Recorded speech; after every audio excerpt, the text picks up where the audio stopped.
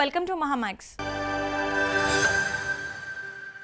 తమిళ cinema చరిత్రలో భారీ budget, అద్భుతమైన సాంకేతికత, సామాజిక సమస్యలు, స్టార్ హీరోల ఇమేజ్ ఈ నాలుగింటిని ఒకే తెరపై కలిపి చూపించిన దర్శకుల్లో యశ్ శంకర్ ప్రత్యేకమైన స్థానం సంపాదించుకున్నారు. సాధారణ కుటుంబ నేపథ్యం నుంచి వచ్చిన ఆయన టాప్ రైటింగ్ కంపెనీలో పనిచేసిన స్థాయి నుంచి భారతీయ సినిమాకు అత్యంత భారీ స్థాయి విజువల్ అందించే దర్శకుడిగా ఎదిగారు. అయితే శంకర్ ప్రయాణాన్ని కేవలం భారీ సినిమాల దర్శకుడిగా చూడడం, ఆయన సినీ వ్యక్తిత్వాన్ని పూర్తిగా అర్థం చేసుకోలేకపోవడమే. అవినీతి, సామాజిక అసమానతలు, వ్యవస్థల్లోని లోపాలు, సామాన్యుడి ఆవేదన వంటి అంశాలను కమర్షియల్ సినిమా భాషలో చెప్పడం ఆయన ప్రత్యేకత.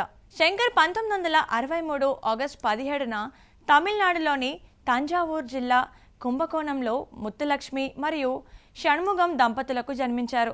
అతను సెంట్రల్ పాలిటెక్నిక్ కళాశాల నుంచి మెకానికల్ ఇంజనీరింగ్లో డిప్లొమా పూర్తి చేసి చిత్ర పరిశ్రమలో రాకమునుపు ఒక టాప్ రైటింగ్ కంపెనీలో పనిచేశారు. శంకర్ మరియు అతని బృందం రూపొందించిన నాటక ప్రదర్శనను యుద్ధాచితంగా చూసిన ఎస్ఏ చంద్రశేఖర్ అతన్ని స్క్రీన్ రైటర్గా చిత్ర పరిశ్రమలోకి తీసుకొచ్చారు.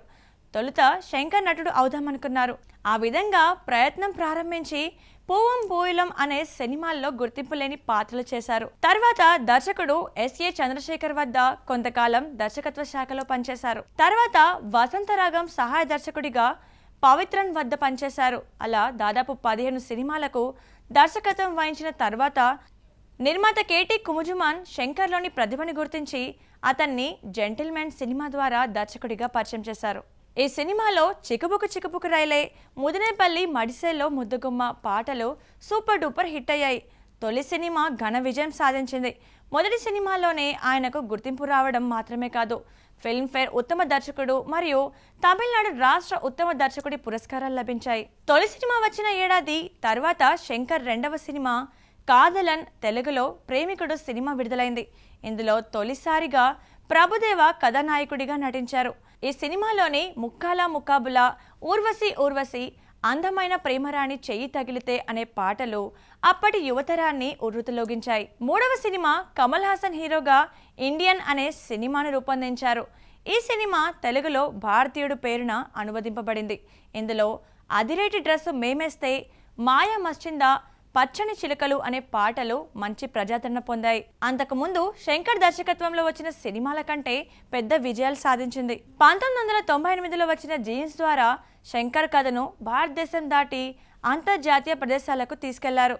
ప్రపంచంలోని ప్రసిద్ధ ప్రదేశాల్లో చిత్రీకరణ, భారీ పాటలు, సాంకేతికత, నాణ్యత వంటి అంశాలు ఆయన సినిమాల స్థాయిని మరింత పెంచాయి. ఆయనకు పాట అనేది కేవలం కథ మధ్యలో వచ్చే విరామం కాదు, పాటను కూడా ఒక విజువల్ ఈవెంట్గా మార్చడం శంకర్ శైలిలో ముఖ్యమైన అంశంగా మారింది. ఈ సినిమాలో పువ్వులో దాగున్న, కనులతో చూసేది, హైరబ్బా హైరబ్బా పాటలు సూపర్ హిట్ అయ్యాయి. సినిమా కూడా సంచలన విజయాన్ని సాధించింది. 1999లో శంకర్ అర్జున్ కథానాయకుడిగా ముదల్వన్ అనే సినిమాను రూపొందించారు. సామాన్యుడికి ఒక్కరోజు ముఖ్యమంత్రిగా అవకాశం ఇస్తే ఏం చేస్తాడు అనే కథాంశంతో ఈ సినిమా రూపొందింది.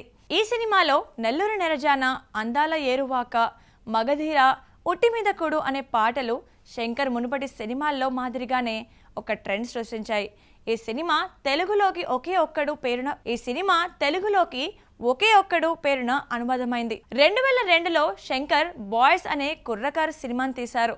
ఈ సినిమా ద్వారా అనేక మంది నటీనటులు వెండితెరకు పరిచయమయ్యారు.